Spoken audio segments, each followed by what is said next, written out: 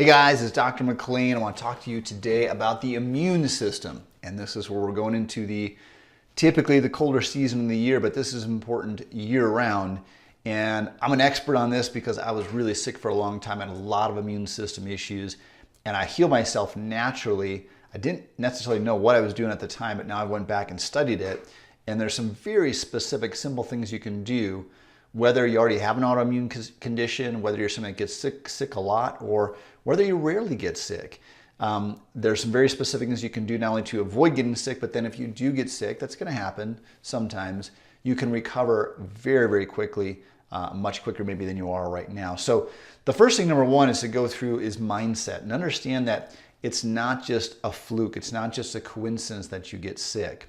The immune system is working all the time, and we're always exposed to germs and viruses. So it's not a matter if you're going to get exposed to a germ or a virus, it's how strong the internal environment is, your body is, to fight that bacteria or germ or virus off. So know that when you do get sick, look back and see that there's usually, I know at least for myself, there's always something that caused me to become in a weakened state, meaning I ate a bunch of sugar, I didn't get as good a sleep, or I was really stressed, or maybe I was traveling, my body got run down, and then I was exposed to a germ or virus, and then that germ or virus got a foothold, and that's where I actually got sick. So number one, if you get sick, try to take a look back so you can correct that and go, okay, I'm not gonna let that happen to myself again. I'm not gonna get in that situation, number one. But number two, if you're getting sick on a regular basis, like I used to, like you're getting sick a lot, you're getting ear infections, or if you have a child like this, or you're getting repeated sinus infections, things like that, understand that there is a reason for that, okay? And that's a bigger picture issue, and that if you're having those issues, you're more prone to develop other issues, autoimmune issues. And I'm not trying to scare you here, but things like cancer, we know that cancer cells are always in our body. It's whether or not our immune system is strong enough to fight those things off. So you want to take that very seriously. I know I had all the signs and symptoms of an autoimmune condition, even though I didn't know that at the time. I learned years later when I studied that, and I was in a really dangerous spot. I didn't even know it. So take it very seriously, understand that, and then you can start to recognize too, when you're in a weakened state, you can do some things proactively so you hopefully don't get sick when you're in that weakened state. So let's go through. I've got kind of a checklist here, and these aren't necessarily in order, but go through the steps that you can do to, again, prevent getting sick and then to recover if you do get sick. Number one, understand, number one, like we said, understand the mindset that it's not just a random thing. The germs and viruses are always there. You want to look at that as what can you do to strengthen your body up before you get in those situations. Number two is antibiotics. Antibiotics are not just what we take when we're sick. They're in our foods every day now. And the research clearly shows that antibiotics weaken the immune system. Okay, so think about anti is against, biotic is life. They're against life. And when you take an antibiotic, what their initial theory was or thought was, is they're trying to kill off the germ or virus, or I guess in this case a germ, bacteria that's not supposed to be there. But it also has to kill everything, right? I mean, it doesn't kill everything in your body because otherwise you'd be dead, obviously, but it kills a lot of other things that are supposed to be there. We have lots of germs and bacteria and viruses in our intestines that are supposed to be there that are actually part of our immune system. And the research shows now if you have one round of antibiotics, which I grew up on a lot of antibiotics myself, one round of antibiotics will permanently alter your gut. Again, not a good thing for our brain, not a good thing for our overall health. So unless you're really, really in a crisis situation, I really advise against antibiotics. And be very clear, I'm a chiropractor. I can't tell you to take a medication or not take a medication. But I've heard over the years people say, well, I didn't want to take an antibiotic, but my doctor told me that I was not going to be able to heal the sinus infection unless I took the antibiotic. Now that to me is a bunch of BS. And the reason is, how do you know? Number one, did they tell you to take supplementation? They tell you to get more rest? Did they ask you if you were stressed? Did they ask you if you were getting enough sleep? Is there other things that you tried naturally first before you took the antibiotic? And trust me, I've only had one sinus infection in my life and it was miserable. So I can understand when we're sick, we want to feel better, but you don't want to sacrifice your long-term health by trying to get something in the short term, right? And the antibiotics, again, especially if they're not testing you, if it's not, they don't test you and see if it's actually germ or virus, they just give you antibiotics. There's several studies out now that are showing the antibiotics weaken the immune system, short-term, long-term. The benefits do not outweigh the risks. So I really advise to be very cautious on your antibiotic exposure, period. When you do get sick, this is number 3, reducing iron in red meat. If it is a bacterial infection, bacteria need iron to survive. Your body will actually pull the iron out of your blood, store it in your liver, so you're not giving these bacteria food, so to speak. So if you're eating things like red meat or kale, things that have a lot of iron in them, you're actually feeding those bacteria. Along with that red meat, now if you're eating the right types of meat, antibiotic-free, grass-fed, hormone-free, those are very healthy meats. I do recommend those. But when you're sick, you want all that energy going towards fighting off the infection. So meat does take a little more energy for our bodies to break down. So I'd recommend to reduce your meat, maybe totally avoid meat, especially red meat, until you're feeling better. And then just keep your food overall pretty light, more salads and things like that. Also, just one other side note on eating. If you're hungry, eat. If you're not hungry, don't feel like you have to eat, right? Your body's going to tell you. And if it wants to spend more energy fighting things off, don't feel like you have to eat some food, right? Listen to your body. Number 4, this is a big one. This is a huge one. This is the reducing sugar, avoiding sugar. So sugar really hammers our immune system and weakens our ability for our neutrophils, our white blood cells, our phagocytes to be able to detect and kill off the bad stuff that's entering our body. And remember, you're exposed to germs and viruses all the time. And we'll talk about why you don't want to avoid those in the future here in just a minute. But you're exposed to those things all the time. If you are eating sugar, you're weak in your immune response and you're more likely to get sick, right? So number 1, just keep your sugar low all the time, I'd recommend. But especially if you feel like you're coming down with something, if you feel like you're run down, or if you're already sick, you want to really cut out sugar. I can remember it. I didn't understand this until years later, but I remember one time I had strep throat and my throat was just so raw. It was just killing me. I must have been maybe 1st or 2nd grade. And my mom went out and she got me a Blizzard from Dairy Queen. And it was like the 2nd or 3rd day, maybe it was the 3rd day of being sick. I had felt horrible and I felt a little better the next day, a little better. So I was starting to feel just a little better. And then I remember eating that Blizzard and the next day I felt 10 times worse than I did on day 1. And I didn't understand until later that I was feeding massive sugar into my body and giving that infection a better chance because I was weakening my body. Now that's an extreme example, but remember, sugar is in any processed or packaged food. It's in fruit. Even fruit is a sugar. I'm not saying to totally avoid fruit, but certain fruits are going to be worse than others. Bread, ketchups, salad dressings, these things are going to have sugar in those. So you really want to watch your processed foods. Crackers, we tend to crave the sugary foods when we're not feeling good. So it is a little more challenging, but you want to avoid sugar, especially when you're not feeling good. Next one, number 5, exercise versus rest. Now this one is I want to say a little bit of a catch-22, but this is a judgment thing, meaning that there's research showing that exercise boosts the immune system. There's also research showing that rest boosts the immune system. If you're feeling up to like a light workout and you feel like that would help you sweat, a little bit, get your body moving, and that would be beneficial, then do a light workout. I wouldn't recommend anything extreme. But if you're feeling like, man, I'd rather just rest and take a nap, then that might be the right call as well. So it's kind of a fine line. There is no right or wrong answer to that. Next is supplements, and this is huge. This is something I take. Some of these supplements I take every single day, but you can boost them up a little bit when you're not feeling good.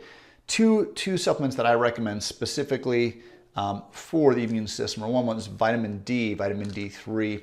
The one that we carry in our office is called Designs for Health, or the brand. And this has also K2 in it, which is essential for digesting or absorbing the vitamin D3. I actually take 10,000 international units per day, or IUs.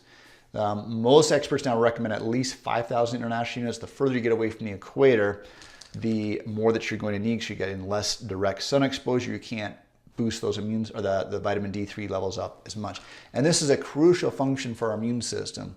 D3 is actually acts like a hormone in your body. It's not even really a vitamin.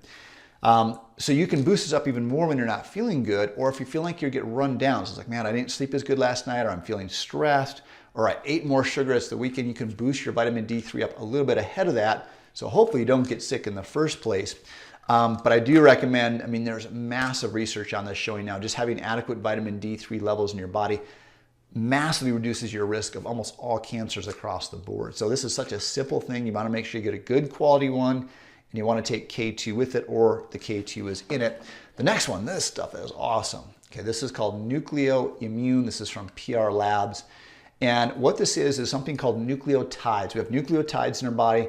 Those are the foundation, the building blocks for all the cells in our body, what's called the RNA and the DNA. And we have a limited supply in our body. When we get run down or if we get sick, those nucleotides get depleted. And then again, we're more likely to get sick. When we do get sick, it takes anywhere from 7 to 10 days to really build those back up. So if you can take these are the precursors, you can have that adequate supply and you can build those up right away. So there's two ways that you can take this. Number one, when I first learned about this, I took this every single day to help build up my immune system for probably a year and a half. I took it every single day. It's just a regular supplement. Now my immune system's strong enough where I don't feel like I need to take it every single day, and I use it as needed. And what that means, I have it on hand if I feel like I'm getting run down, I'm not sleeping as well, or right now like we've got a lot of smoke in our environment from the forest fire, so I'm taking a little more proactively. I'll take it then. Or if I feel like my throat's getting a little scratchy or I'm feeling coming down with something, you start taking this stuff right away, and you can take it actually like every hour. You can take a lot of it, and usually within 20, 40, 48 hours, it will nip it in the bud right away. So I don't think I've ever had a single practice member buy this and not continue to buy it because they want to have it on hand. Some people take it proactively. I've had a lot of practice members have great results with this in terms of their their allergies, because the allergy response is part of our immune response. So this is just an amazing supplement. It's called Nucleo Immune from Premier Research Labs. You can get it in your office if you want. You can order online as well. Awesome stuff. Now there's other ones we could talk about, but those are the two top ones that I recommend. Next thing, this is really, really big as well, is cold medications. If you're not feeling well, if we're stuffed up, if we have sore throats, we want to feel better. So it's really easy to take some type of a medication, but think about the wisdom in your body. Okay, when we're not feeling good, think about, why would you cough? Why would your eyes water? Why would you have a runny nose? Why would you have this pain? Why would you have a sore throat? Your body, number one, is trying to send a signal. It's trying to get things out of your body. So if you've got a runny nose, if you're coughing, you're trying to get things out of your body. Just like, imagine if you took a drink of water and yet water went down the wrong tube, what are you going to do? You're just going to start to cough. You're trying to get that out of your system. You won't want to block that in any way. So it's the same thing comes with our body. We're not feeling good. You don't want to take a prescription or the over-the-counter cold medication. I would not recommend that. Now, there's some natural things you can take that help with symptoms, but really, again, think about working with the body versus working against the body. I know before I understood these things, I would take cold medications and it always would delay. I found out when I stopped taking these things, I would get better much quicker. When I took the medications, it would delay. I might feel a little temporary relief, but I would be sick for a longer period of time versus a shorter period of time, which is, by the way, I forgot to mention this under mindset. I've been practicing now for 19 years, I think. And I've noticed this trend that people are, when they do get sick now, they're getting sicker for longer periods of time. The common cold that maybe used to last 2 or 3 days, they last 5 days, 7 days, weeks on end for common people who are normal citizens, so to speak. And what I mean by that is, I'm being a little bit sarcastic here, but I notice with practice members in our office, with myself as well, they don't get sick at all, or if they do, they get sick for maybe a day or two when their coworkers are getting sick for weeks or weeks on end. So you need to get adjusted. That's number 8 here. You do need to get chiropractic care on a regular basis if you want to be healthy, not just in terms of your immune system, but just being healthy in general. And that's not just my belief because I'm a chiropractor. It's not just my opinion. That's what the research clearly shows. So I get adjusted on a regular basis, at least a weekly, but usually it's more than once a week adjustments. Most people, I believe, based on what the research shows, need weekly adjustments. Some people can go maybe every couple of weeks. You can go a little bit longer than that, but I don't recommend that. Any adjustments you get are going to be beneficial, but I would recommend to do them on a longer period of time. I just noticed that I had a spelling error here. But then when you're, again, same thing, kind of like with the Nucleo Immune, if you're feeling run down, if you've stressed your body more, bump your adjustments up, get some extra adjustments in. There's clearly research showing how it boosts up your immune system. So chiropractic is a crucial one. Get your regular adjustments, but if you're feeling down, come in and get adjustment right away. Sometimes people say this, well, I don't want to come in and get you guys sick, but listen, we're exposed to germs and viruses anyway. We get our spines adjusted. We're not worried about getting sick. Come in no matter how you feel. Hygiene hypothesis. This is the last one, kind of a bonus one. I don't even think it's a hypothesis anymore, but they call it the hygiene hypothesis, meaning that the cleaner we are, the more antibiotic creams we use and soaps and washing our hands all the time. We don't have any germs in our environment. Everything's squeaky clean. that it actually is harmful to our body, because just like lifting weights, when you lift weights, you get stronger. When our immune system gets exposed to these germs and viruses, it gets stronger. So if you make everything too clean, you don't let your kids get dirty, you don't let them play in the dirt, they're gonna have a weakened immune system. So play in the dirt, get exposed to the germs and viruses. Don't worry about those things. That's gonna help boost your immune system up. So those are kind of the general steps. We can go a lot more. Oh, one more thing I wanna mention is on fevers, because this is something too. When we get sick, especially if our kids get sick, we kind of freak out when they have a fever. We don't check our kids for fever. If they feel warm, we know they got a fever. All right, their bodies are doing what it's supposed to do. So this is from Seattle Children's Hospital, is myths and facts. And this, you can go right to their website and check this out if you want. I didn't make this up. I pulled this right off their website. Seattle Children's Research Foundation says, myth, all fevers are bad for children. Fevers turn on the body's immune system. They help the body fight infection.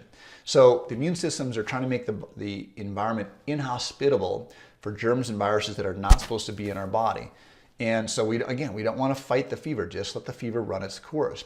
Fevers above, this is another myth, fevers above 104 degrees Fahrenheit are dangerous. They can cause brain damage. And this is a really, really common myth out there. Parents freak out.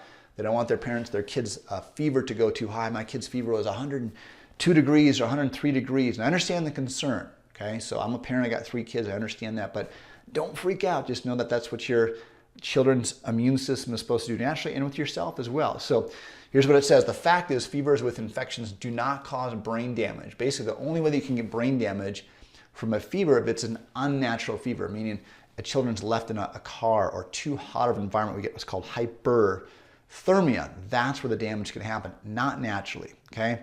Seizures with fever are harmful. You know, we get an extreme situation. Only about 4% of the time a child can develop febrile seizures when they're sick. It says that these seizures are scary to watch, but they stop within 5 minutes. They don't cause any permanent harm. They don't increase the risk for speech delays, learning problems, seizures, or seizures without fever. Without treatment, fevers will continue to go higher. Wrong, because the brain knows. This is their words, not mine. Because the brain knows when the body's too hot. Because the brain knows when the body's too hot. Your body knows what's going on.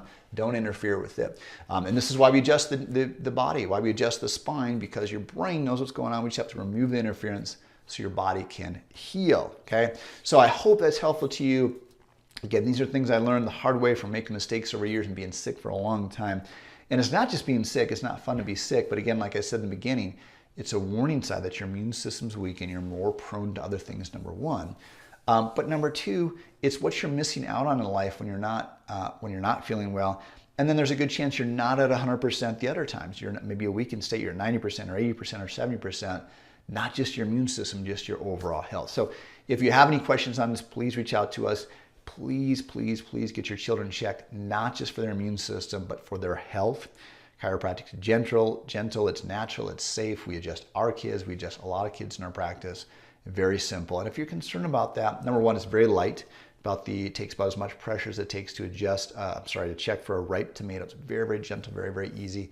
But if you have questions on it, don't be afraid to ask. We're happy to talk to you. Other chiropractors are happy to talk to you about why it's important to get your kids checked, why it's safe. Ask the questions. We'll do our best to answer them for you. So hopefully that's helpful to you. Have an amazing rest of your day and reach out if you have questions.